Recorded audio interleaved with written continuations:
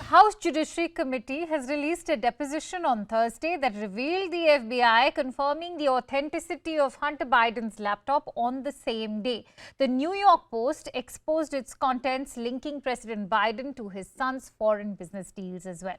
Investigators from the IRS testified on 19th of July that Department of Justice officials slow-walked this investigation into President Joe Biden's son, Hunter Biden. Gary Shapley, an IRS criminal supervisory agent who worked on the Hunter Biden probe, and his colleague Joseph Ziegler testified before the House Oversight Committee. Shapley has said that the Justice Department slow-walked the case, starting during the Trump administration and continuing through Garland's tenure. Hunter Biden has agreed to plead guilty to 2 misdemeanor tax charges. He has also agreed to enter into a pre-trial diversion program only to avoid facing a more serious felony count of possessing a firearm while being a drug addict. Republicans have since attacked the charging decision, calling it a sweetheart deal that will likely allow the younger Biden to avoid prison time. Let's also listen in to some reactions. Based on my experience, I'm here to tell you that the Delaware U.S. Attorney's Office and Department of Justice handling the Hunter Biden tax investigation was very different from any other case in my 14 years at the IRS. At every stage, decisions were made that benefited the subject of this investigation. For example, prosecutors concealed contents of Hunter Biden's laptop from investigators. DOJ slow-walked steps to include interviews, serving document requests, and executing search warrants.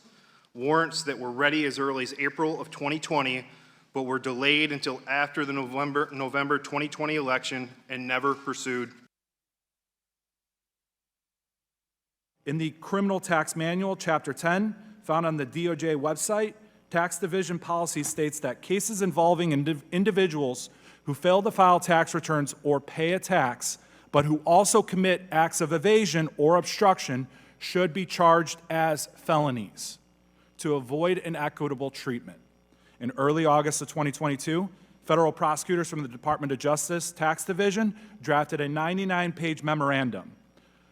In so, they were recommending for approval felony and misdemeanor charges for the 2017, 18, and 19 tax years. That did not happen here, and I am not sure why. The American people expect answers about whether the federal government is treating all taxpayers equally, or if the wealthy and politically connected get special treatment. Our committees are working together to get to the bottom of this abuse of power, and will work tirelessly to do so and to make sure it doesn't ever happen again.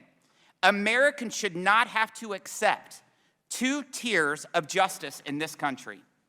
One if your last name is Biden, and one for everybody else. Now, unlike President Trump's blatant abuse of the rule of law and the relationship between the president and DOJ, there's no evidence that President Biden has involved himself in any way in the investigation into his own son, an investigation that's been overseen by Trump's appointed U.S. attorney. No matter what my GOP colleagues say, and I appreciate the testimony of our witnesses today, there is no evidence that Hunter Biden has received any kind of official favoritism in this prosecution for being Joe Biden's son. All right, Spencer Critchley, who is a commentator and author, is joining me live right now. Thank you so much, Spencer, for joining in. Now, the IRS whistleblower has said that there was a unanimous agreement to charge Hunter Biden with felonies, and not doing so has violated the DOJ policy. What are your thoughts on what the IRS whistleblower has to say? Well, like the rest of this effort by the Republicans in Congress, it lacks any credibility, as Representative Jamie Raskin was saying at the end of your package there. All of these claims are falling apart in embarrassing fashion, one after another.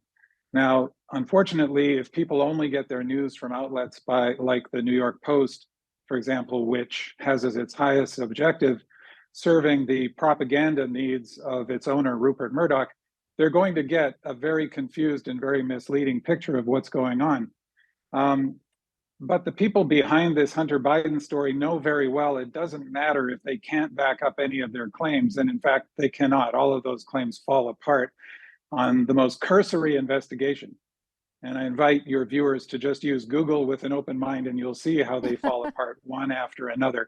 But the people pushing this in the GOP Congress know that that does not matter, because they understand very well a feature of human psychology that's known very well to salespeople the world over. If you repeat something often enough, people start to assume there must be some truth to it. This is just the way our minds work. It's called the availability heuristic. If you hear something over and over again, your mind recalls it very easily, and it takes on an aura of credibility. But as I say, there is no factual basis to any of this. After the kind of testimonies that have arrived, would you still say that Hunter Biden's story is Russian disinformation, as was being claimed Yes. by some intel officers earlier? And now you have these whistleblowers testifying. So has the New York Post, former editor of New York Post. Yes, well, as I say, consider the sources. The New York Post is owned by Rupert Murdoch, and it's his personal propaganda outlet. They do report some legitimate news, but when it counts, they report what Rupert Murdoch wants them to report.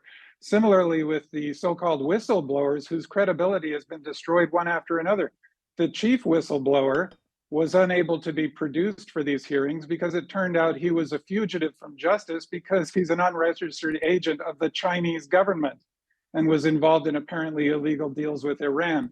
This is the quality of these so-called whistleblowers.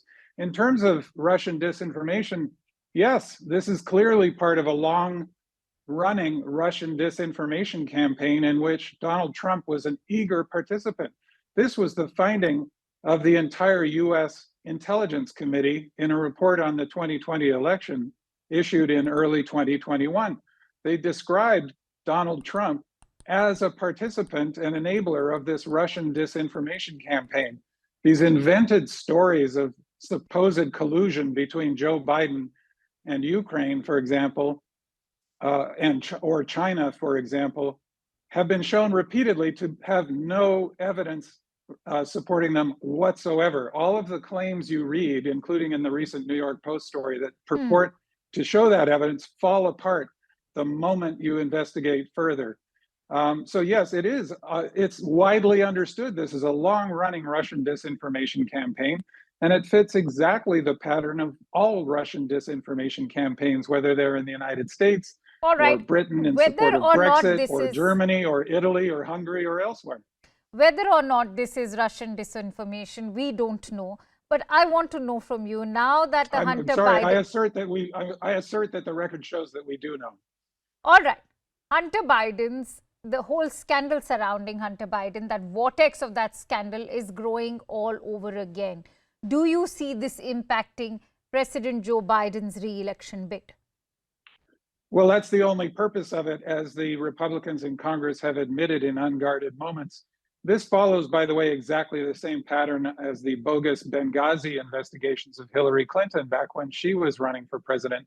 And as current Speaker Kevin McCarthy, who then was just a member of Congress, clumsily admitted, the point of the Benghazi investigations was to drive down Hillary Clinton's poll numbers ahead of the election.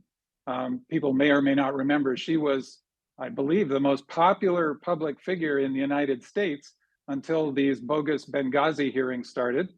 Something like 11 different investigations in Congress, none of which found anything substantive, but it didn't matter. The constant repetition of Benghazi drove down her poll numbers. And that is exactly the point of the Hunter Biden story. There's nothing supporting it beyond what's, Hunter Biden himself admits. I mean, people readily admit that, the obvious, he's done some really stupid and in some cases criminal things, but there's no evidence whatsoever of any connection to Joe Biden or any kind of corruption with Joe Biden. Whereas there's just mountains of evidence of the obvious corruption of Donald Trump, but for some reason, none of that evidence carries any weight whatsoever with the Republicans in Congress. Spencer, Robert F. Kennedy Jr. testified before the Congress just a day ago on federal government censorship of Americans' free speech on social media. How do you weigh in on the Republican attempt that is of course, bound to embarrass Joe Biden. But could it also backfire for the Republicans? I think it's already backfiring. I mean, all of this stuff. Robert F. Kennedy is another witness, I'm sorry to say, who has zero credibility. He seems to be quite a disturbed person who's somewhat disconnected from reality.